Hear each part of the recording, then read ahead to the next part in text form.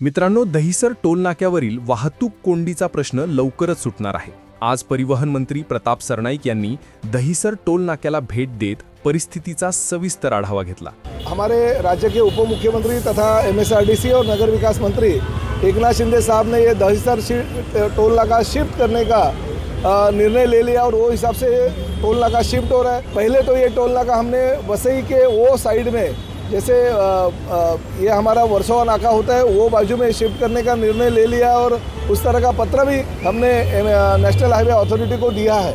मगर फिर भी उनकी परमिशन जब ही मिलेगी तभी मिलेगी, क्योंकि दिवाली तक का हमने उनको टाइम दिया था, अभी तक उसके ऊपर कोई अमल नहीं हुआ है। इसलिए हमने ये निर्णय लिया कि जो है टोल नाका वहीं पे अगर हम थोड़ी लोगों को ज़्यादा और गाड़ियाँ कैसी जाएगी रास्ते से वो कोशिश करेंगे। उस माध्यम से हमने BMC के कमिश्नर भूषण गगरानी से बात की थी। उन्होंने तुरंत हमें सर्विस रोड करीबन 10-12 मीटर का रोड हमें खुला करके दिया। वहाँ की टपरियाँ हटाई है, वहाँ पे गाड़ियाँ अवैध पार्किंग होती थी वो हटाई है।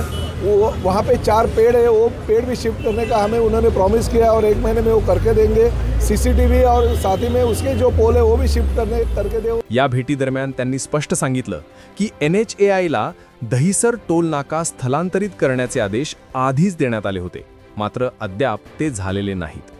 त्यामुळे नागरिकांना दिवाळीपर्यंत वाहतूक कोंडीपासून दिलासा मिळावा यासाठी तातडीने 2 नवीन लेन वाढवण्याचं काम सुरू करण्यात येणार आहे। टोल बूथवरील पत्रे आणि शेड काढण्याची प्रक्रिया सध्या सुरू आहे। मंत्री सरनाईक म्हणाले की दिवाळीनंतर वर्सोवा पुलाच्या पुढे वसई विरार शहराच्या हद्दीत टोल नाका स्थलांतरित करण्यात येईल। ही घोषणा होताच दहिसर टोल नाक्यावरून रोज प्रवास करणारे वाहन चालक आणि स्थानिक नागरिकांमध्ये एकच चर्चा, यावेळी खरंच कोंडी संपणार का? दिवाळीपर्यंतचा हा बदल कितपत परिणामकारक ठरतो हे पाहणं आता सर्वांसाठी उत्सुकतेचं ठरणार आहे। द जर्नलिस्ट न्यूज, आपल्या शहराच्या प्रत्येक हालचालीवर नजर।